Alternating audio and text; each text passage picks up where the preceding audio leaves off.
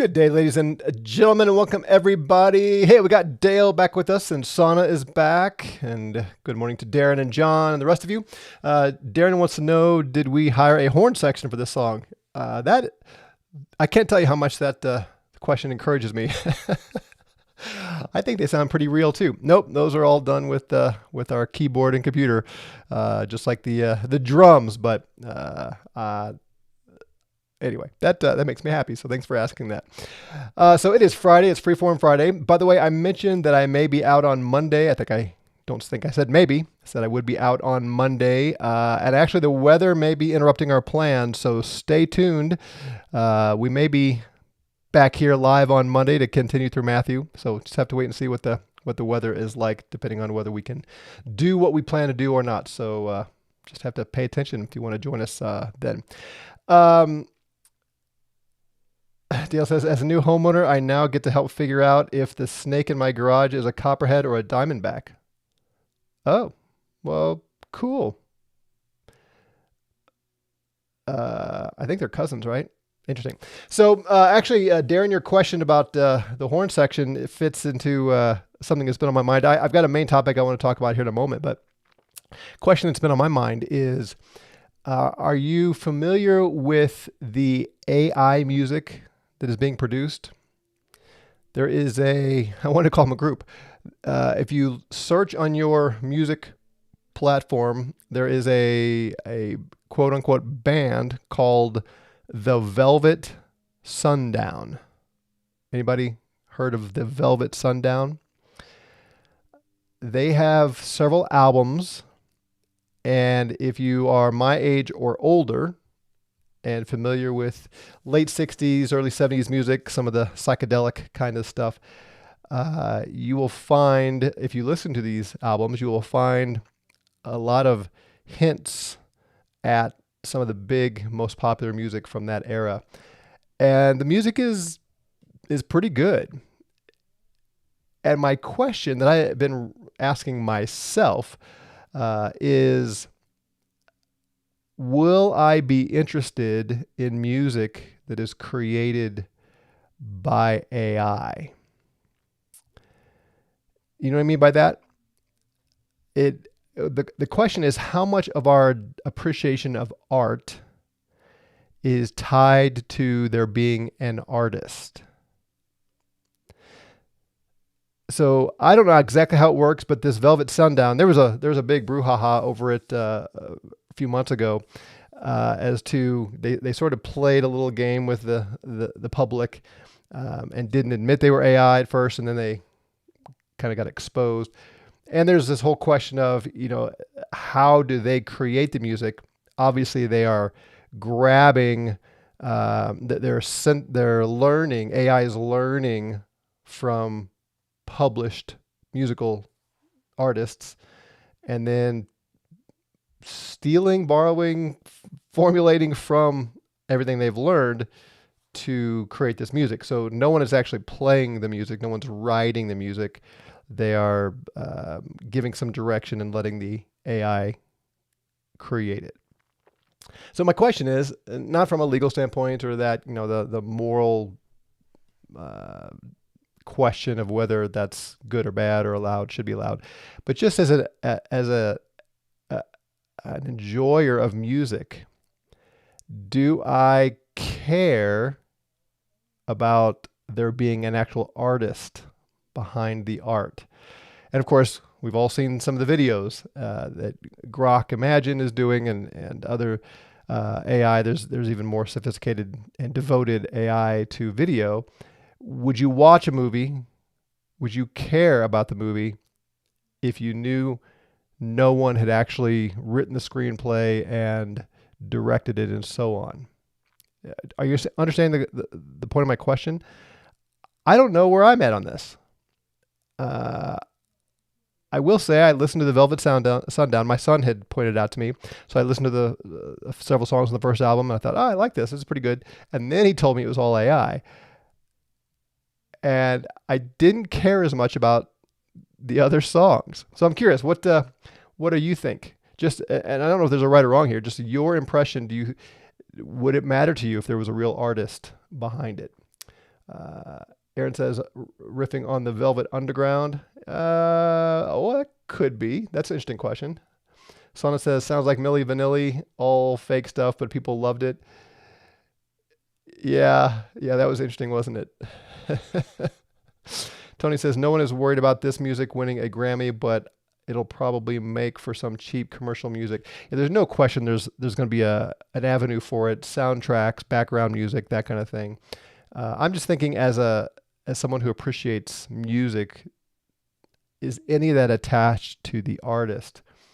Darren says Vanilli was gonna rebound. That's funny.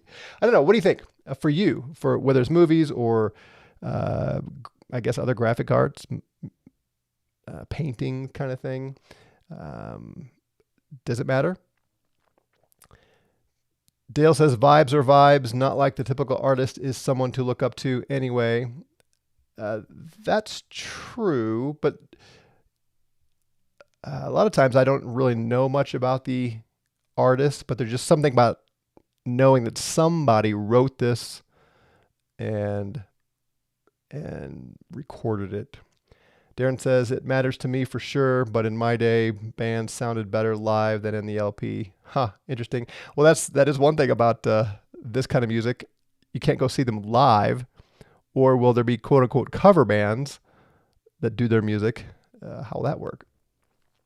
Sana says, I don't like AI for this reason. It's taking away from real stuff, as helpful as it can be sometimes. Yeah, and so that gets back to Darren asking me about the horn section. We didn't hire a horn section for Gabe's album for that first song. I did the horn charts and actually played all the horn parts with a keyboard. So that's not real horns. And I would prefer to have had real horns, but I'm pretty happy that we were able to create something that sounds very close to a horn section with the computer. So is that the same thing? So though I played the horn parts on keyboard, does that take away from the horn section? It's not real. Those aren't real horns, kind of thing. That's an interesting question for me.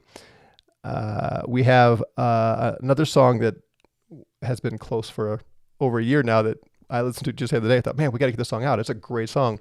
In it, there's this big part in the middle that has a string section, and the strings just didn't quite get what we wanted. So we have a friend who plays violin. We flew him in, and he played just one violin part over the top. So you've got the string sections in the background with a real violin out front, and it sounds really good, in my opinion. So anyway, this is all interesting for me. Tony says, I'm still a horse and buggy guy. That's funny. Aaron says, I think you can enjoy cheap music without much thought, but invariably when you begin to love certain music, you develop a growing interest in the artist, their story, etc. Yeah, that is definitely true for me. John says, I love both music and cinema. Just lately don't appreciate the artists, actors, and musicians who take the woke path. Agreed. So if there was a great movie with a great story and it's all AI, would it be enough that somebody is telling the AI what to do so that we don't care if they're real actors because somebody had to create the story and tell the AI what to do? Would that be enough? You see what I'm saying? Sana says there's a difference between using a keyboard for a horn versus all of it being AI, in my opinion. Interesting. Kathy says, it matters to me because I just don't want AI infringing too much into things and taking away the importance of actual humans. Yep. Dale says, I suspect there will be some increasing craftsmanship on the prompting end and such. I don't view as much different than DJing or mixing. It is interesting that some of the views here separate by age a bit. So anyway, just something obviously we're going to have to deal with as we go. And I've been wrestling in my own mind. How much do I care? All right. So what I really want to talk to you about today is a book that I read years ago. I'm guessing many of you have read it as well. And for a number of years, I revisited it every year or so. I taught my kids through it when they were young.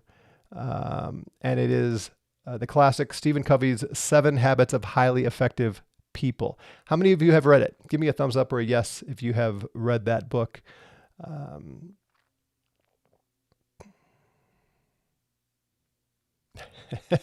Yes, maybe we're just old. I like that. Dale says, back in my day, we had to make music no one cared about by hand. Back in your day, which is just a few years ago. All right, 7 Habits of Highly Effective People. If you haven't read it or haven't read it recently, I recommend it to you.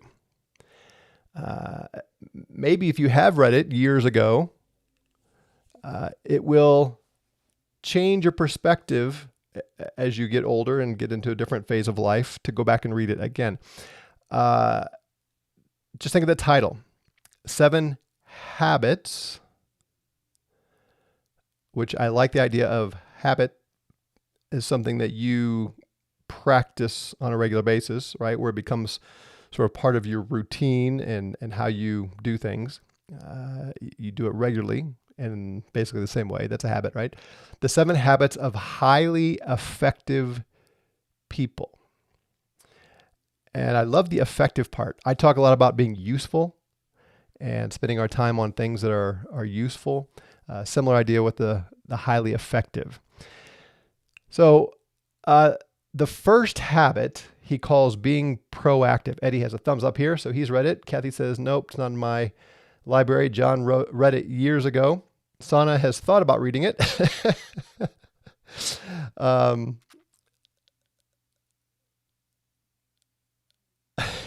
says, Sana, I think we've earned the right to be fussy. That's funny. Being proactive. Yep, Sana, ask Grok for a summary, but then read it. That's a great way to approach it. So being proactive, think about that term. Pro, meaning beforehand, active, having action, so acting beforehand, that kind of thing. That's become popular in our shared vocabulary today. And there's another concept that he coined that is in that first chapter. So be proactive, and his the main idea is this.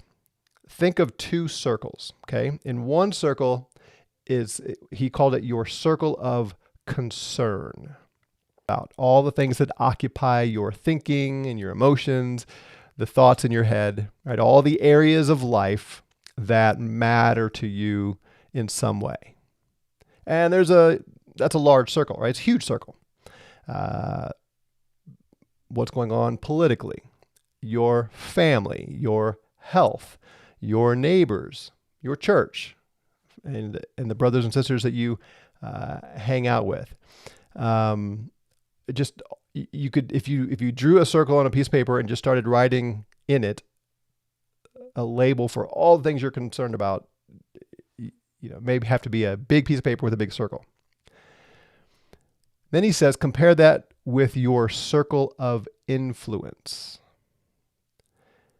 And that includes the things that you can actually influence. You see the difference? The number of things in that circle are going to be far fewer. So your mind and your emotions can be concerned about all sorts of things, and they are, but how many things do you actually have influence over? And Covey's argument is you should focus your time and attention, and even your thoughts, I would add, I can't remember if he addresses that or not, to your circle of influence. John says, my audio is breaking up. Is anybody else having that issue? Sona says, no, I'm not, well, I guess I wouldn't hear what you're hearing, would I? Eddie says, to be clear, I believe listen to it on Audible. I didn't read it with my eyeballs. Okay, fair enough. John says, always like the word effective in place of influencing or successful. Yeah, I agree. That's a good word. So what if you were to do that exercise of write down all the things in your circle of concern and then things you can influence, and then put your attention there. National politics. We've talked quite a bit about that on this live stream. And there are many things that are happening in national politics that we, at least me, and I would assume it's true for most of you, have no influence over. But we do have influence over who we vote for, and even maybe those near us who they vote for, family members and friends that we could talk through these things with. And do you see the benefit here?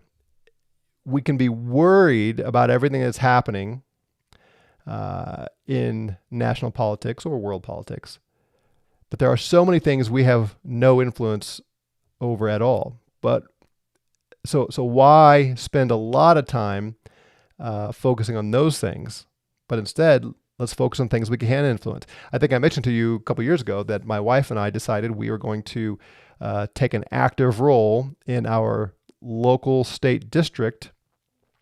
And we joined the Republican convention here in Colorado because that's something we could do. You know, we can sit and worry about what Biden is doing, what Harris might do if she won, and all that, and the leftist takeover of Colorado, which has been significant. We can sit here and worry about it, complain about it, shoot the breeze with somebody about it, tweet about it. None of that has any influence on anything. But to actually be involved in getting the message out here locally and trying to influence people to vote a certain way, that has the ability to be effective, to affect change. Think about your health. You can sit and worry about your health, and you can read books and listen to podcasts on your health and create all kinds of thoughts in your mind that don't do anything, or you can take action toward the things you can influence. You can influence. You have complete control over what goes into your mouth and what doesn't, which has tremendous impact on your health, right? You have a significant amount of influence on how much your body moves, like going out for a long walk regularly, how much weight you pick off the floor, that kind of thing, right? You have direct influence on those things. And so his point would be, you can be concerned about all kinds of aspects. Have you genetically inherited the potential for heart disease or other ailments, that kind of thing? And you can sit around and worry about that, Alzheimer's, dementia, and think, oh no, I'm in my 50s and my 60s and dementia is right around the corner for me and Alzheimer's is a sure thing. Well, you can't influence any of that, but you can influence learning how the body works and learning how diet impacts those things. They're calling Alzheimer's now, at least some are, type 3 diabetes, where there's some evidence that it can be avoided by eating a certain diet instead of highly insulin resistant diets, that kind of thing. Well, you have direct influence on what you learn about those things and what you eat and your body fat content and all that. You see the difference? One is sitting around worrying that doesn't accomplish anything, or simply thinking about things that you can't do anything about. The other is getting after what you can influence. Aaron says, hold on, I thought Jesus said, and pastors shall be politically agnostic. Yes. Well, no. Which is why we got a puppy. Now I have to move. Is that referring back to something else? Or something I said? Do you see the benefit of this? How much time do we spend worrying about things that are outside of our control entirely, that circle of concern? And not only worrying, but actually applying time and attention to thinking about them when there's no gain there. Finances. There are things you can do There are things that you can't do. You can't just suddenly increase your wealth overnight. You can't start a budget 20 years ago. It's kind of like the old saying, when's the best time to plant a tree? 20 years ago. Second best time now. You can't do anything. All you do is create regret and negative feelings and thoughts and worries and things by going back wishing you'd done things differently than you have. But what can you influence right now? You can create a budget, and then you can stick to the budget, and you can save money. You can create your emergency fund. If you're familiar with the 7 baby steps that Ramsey promotes, and we've talked a little bit about that in the past. You can invest, which I encourage you now. The market seems to like what Fed Chair Powell said today in Jackson Hole, and the expectations of a rate cut in September are almost 90%. And if that happens, a lot of people think the market is going to go, and the upcoming year or so could be really, really good. Well, if that's true, and I don't know if it's true or not, nobody does, right? But if you've done your research that we've talked about months ago and learned about investing and so on, this may be a great time, if you haven't already done it, to put some money in the stock market, and it can start compounding. Now, it may not be the best time for you. You need to figure that out on your own. But the point is, you have the ability to influence things like learning, and then putting the money aside, and then deciding the best place to invest it, where over the years that money can grow more rapidly than if it's in your savings account, that kind of thing. You see the point? What have you done any kind of inventory like this before or recently, where you think, I spend so much time in this circle of concern, and so much of that time is wasted because it doesn't affect anything? What if you spent your time and attention on the things that you can influence? It's one of it's in the same category for me as so much theological study. I used to be like this, and I know lots of people who just love to read the writings of men, theology, and the abstract thoughts that don't actually impact anything except maybe cause us to judge other Christians harshly and engage in navel-gazing type discussions, as opposed to what matters, what I can influence, is how do I love others? Am I striving for joy? Am I a peacemaker? Am I good and kind and gentle, faithful? Do I have self-control? Am I applying myself to those things which have real-world impact and effectiveness, and also in my concern to please the Lord? And you're not going to be surprised to hear me say that, but do you see the point? There are so many things we could be concerned about that, trying to discern God's will in some abstract sense, or pondering all these nuances and depths of man's seeking to understand what they claim are the things of God, while neglecting what we're told again and again and again: be righteous, right? Do the right thing, make good choices, be wise, avoid temptation, and so on. Someone says studying Reformed theology makes you feel smart, but it's not really helpful. Yeah, it doesn't affect anything. John says JFK Jr. is trying to fix the insulin deficiency problem the U.S. has. 90% of times is not us, it's what they have done to our food supplies, and it's taken since the 70s to get people to realize. True.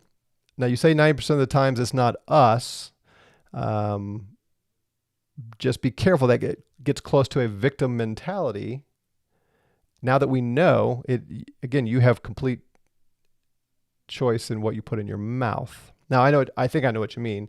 The general public, it's been very hard to know these things. And that's changing. I'm seeing more and more restaurants here in the Springs broadcast, advertise how they're going clean and not using seed oils and that kind of thing, which is great. Although there's still a long way to go. My wife and I were seeking a clean restaurant in Denver a month or so ago, and we called one that had made it on this app that is supposed to list clean restaurants. And we called them and we asked, do you cook your steaks in canola oil? In seed oil. And she said, cedar oil? And we know seed oil. She said, let me go ask the cook. And she came back triumphantly saying, no, we do not cook our steaks in seed oil, but canola oil. All right. These people have no idea what we're talking about. We're not going there. So you're right, John. I agree with you. But now the information is more readily available. So if you don't know the dangers of seed oil and insulin resistance and all those things, that's nobody's fault but your own. And you should really seek out that information and eat healthier. It doesn't matter how old you are, where you are in life, you can make the upcoming years better by eating well. And that's an area of influence. Aaron says, we buy beef and raw milk from our local dealer. Yeah, excellent, as do we. I guess Colorado is good for something, nothing clean in central PA. Yeah, we are a strange mix here in Colorado. We used to be very, very crunchy. And now, because that's become in vogue, because of RFK Jr. and such, it's introduced an interesting situation here where instead of that being cutting edge liberal, now that's a conservative view.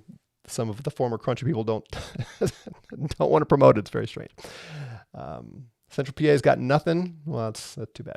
All right. Well, anyway, I would encourage you, first of all, read the book or reread it if the case may be, and then go through each one and give some thought to. And I think for our effectiveness, but also for our mental state and emotional state, and our fight for faith and trust, staying out of that circle of concern and staying in the circle of influence as much as possible is just so beneficial. Again, what is one of the things in the scripture that we are tempted toward, all of us, constantly? It's fear and worry. You know, we're going to see in Matthew upcoming, Jesus addresses that concern. And I know a lot of people feel guilty for all the fear and lack of faith and so on. Well, one of the reasons we stay in that state of fear is we let our mind focus on the things in the circle of concern that we have nothing to do to address.